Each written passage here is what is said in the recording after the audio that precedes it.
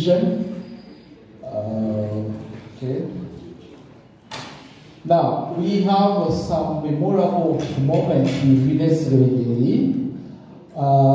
So, for those who don't know it, at the beginning, it was a university, not like this, Université Internationale Rwanda, International University in Rwanda. This was the first name of Ines Ruhengeri. Then the first classes were taking place at the Centre d'Accueil. Currently we have Centre Pastoral Notre-Dame de Fatima. We have two Fatima, the older one. It's where Philippe and the classmates started the classes. Then they started to build the campus, this campus. So on this side, there was a primary school. Just here. The last class to be destroyed was where we have the meteo station. Okay. So we were there, and I think many of us were there. Okay, then they started to build the block 1, the block 2, the administrative block, and the block called Timidi. Then, unfortunately, there was a suspension of this university, of this baby university, in 2004. So it was almost a general basis for emerging universities at that point. They had to fulfill a number of requirements, including to review the names, the appellation, university, why not institute. So then after some hard work of the staff who were there at that epoch, so the teaching activities resumed with the new name Ines Ruhengeri until now. So another memorial element is the land survey. It was a project funded by DFID. It was a land tenure legalization project. From this project, we had this land survey, then we had the civil engineering, because it contributed to attract young students by giving scholarship for, I think, 2 cohorts, then to equip laboratories of land survey, then some laboratories of civil engineering. Then we have reorganization and reform of Ines Ruhengeri in November 2014. At that epoch, there was an issue of a big number of employees compared to the job, but also the competencies.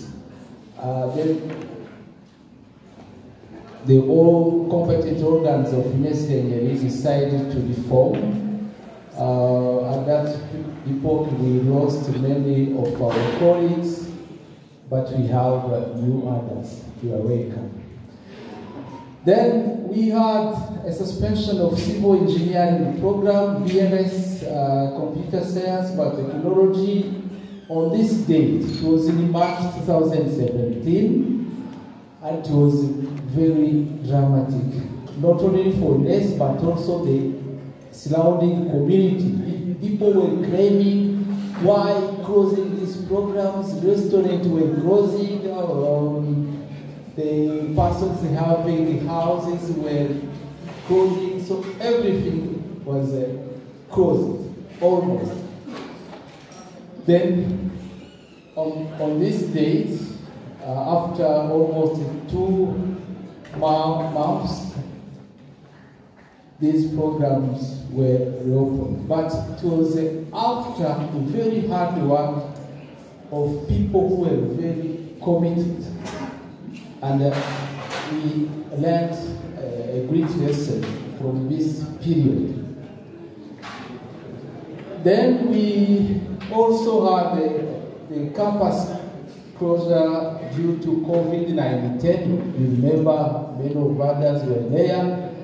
This is also giving a great lesson from that period. How to take care of our job, how to take care of our institution. So now we have always we had projects at Ines, but some projects were mainly impacting the growth of Ines Ruhengeri. I'm very sorry if I forget your project, but for me, I thought that these were the most important impacting the growth of Ines Ruhengeri. We had what we call security project. So this is a short name. It contributed much to understanding the concept of University of Applied Sciences through trainings, short trainings, internal and external, and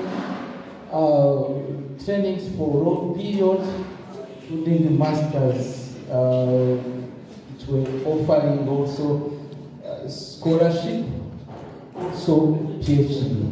I saw some people who benefited from this program.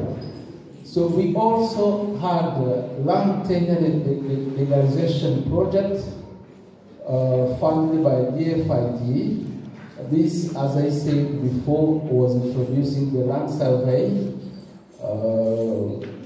the block of land survey. I think the library also, equipment in different laboratories.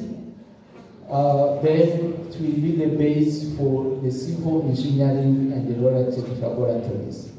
We also have the botanic garden and the other projects which came after, based on the experience of botanic garden, funded by Miserewald from Germany. So, including some hostels. I think the last one was also funded by Miserewald, based on this experience through the botanic garden project. We also have GVTC projects, especially in water laboratory. We had also RTDA projects. So people who were there, they remember that with RTDA project, so the whole country was seeing Ines. Okay? Then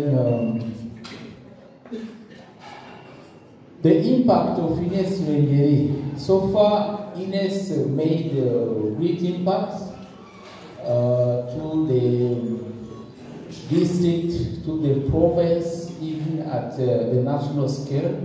So it was a response to the administrative and judicial reform of 2004. When the founders was thinking about creating Ines, they didn't know that Ines will help in this, because for them, the priority was being given to the sciences. They had a belief, they had a dream to build a city of science, but at that time, our government was making reform after reforms. Then some public employees were put out of the services.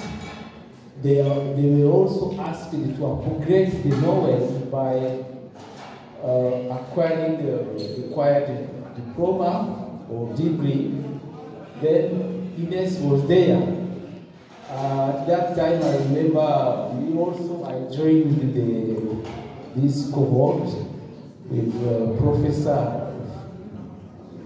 Bijirimana Victos. He was the only permanent lecturer at that period, and the only dean. We had one faculty for the whole campus. So mixing social sciences and what we called at that time fundamental sciences, the unique dean. Then, it was a good time for registering people for studying law, public administration. We had a very high number of students in those programs at that time. Now, Ines also was boosting the creation of new businesses around the campus.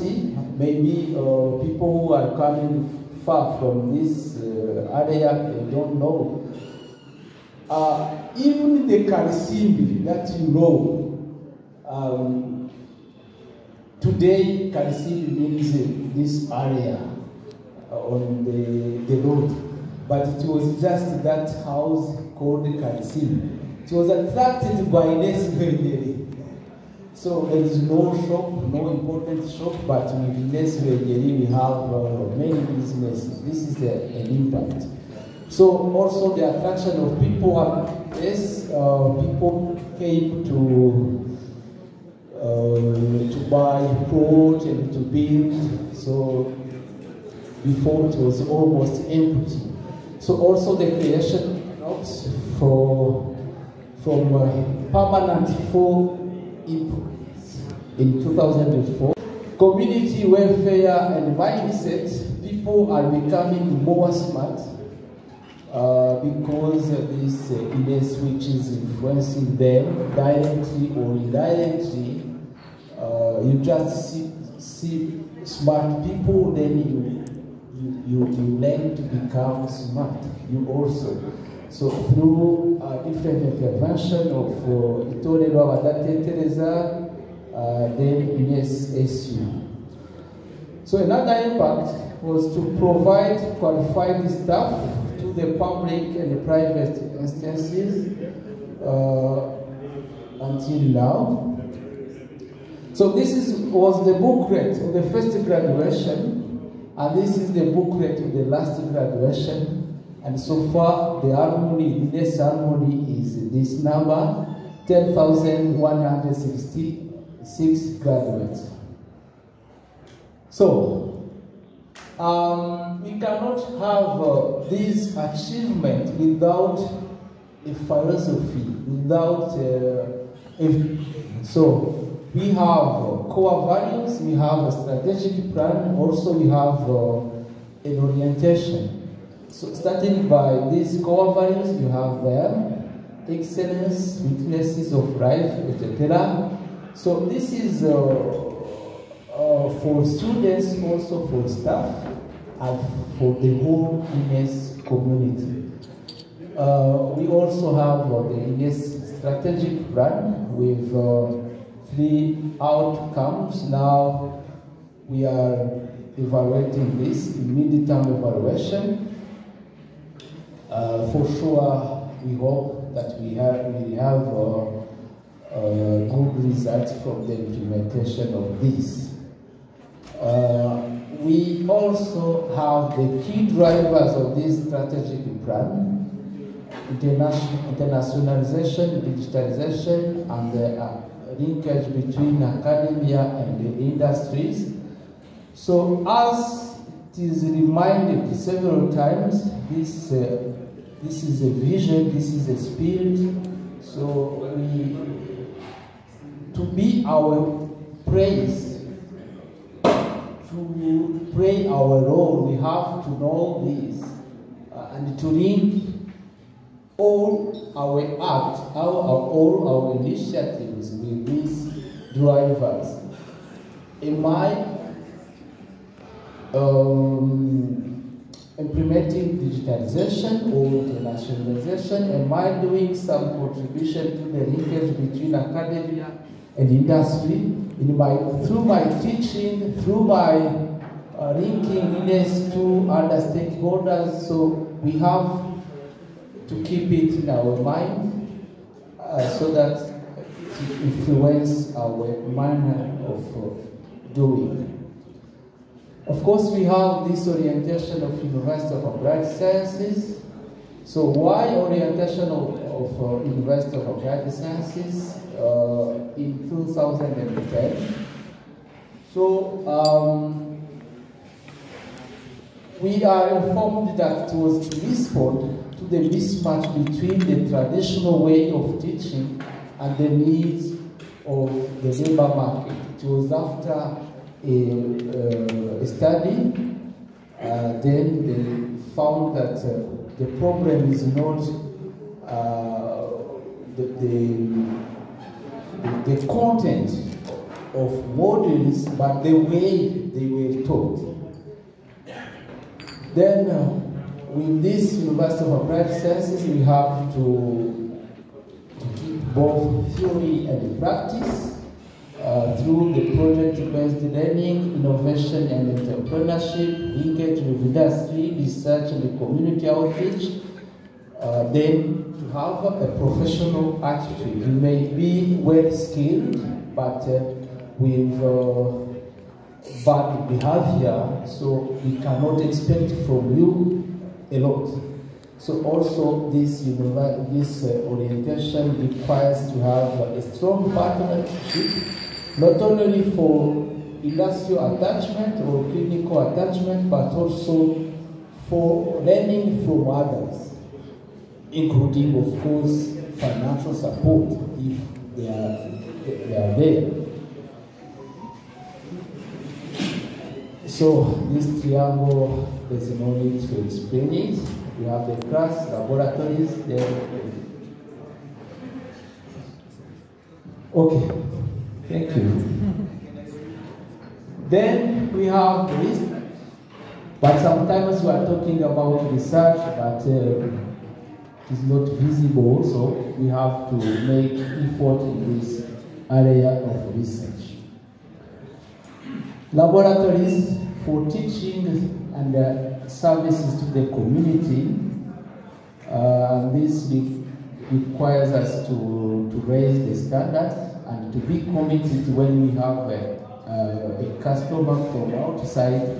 So he's expecting us to deliver, to give a good service. Of course, our students also. So these are our programs, you know them. Master's program. Now, what about figures? These are the figures of the last week, I think. 3,795. So it grows day per day. So now you can check the exact numbers from the register.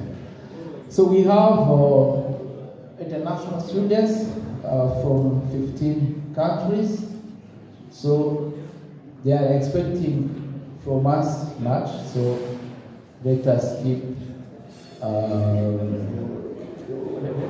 let us try our best to serve them. So this is just to show that Ines was always growing in numbers, but also in achievements.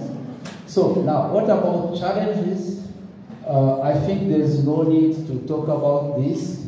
All of us, we have to think about the challenges. Challenges in my own service, challenges personally, what are my challenges, the challenges of my department, then the whole institution. So, thank you very much. Thanks, Pat, for your good presentation, even though it took a lot of time. So, let us continue. It is